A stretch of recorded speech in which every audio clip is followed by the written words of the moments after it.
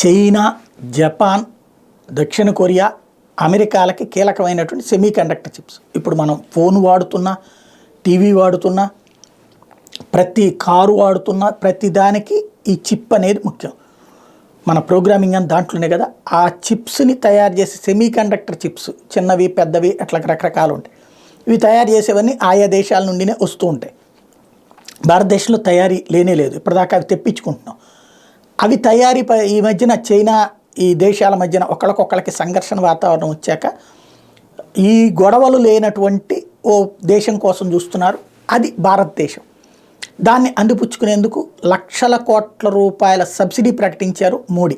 PLI performance linked incentive అంటే ఇక్కడ వచ్చి ఇండస్ట్రీ పెట్టుకున్నాక ఒక్కొక్క ఉత్పత్తి చేసినప్పుడు ఇంత డబ్బులు రిలీజ్ చేసేటట్టు ఇందుకు ముందుకు వస్తున్నారు ఒక్కొక్క దేశం వాళ్ళు. ఇప్పుడు విదేశాల వాళ్ళు కూడా వచ్చి ఇక్కడే తయారీకి సిద్ధపడుతున్నారు.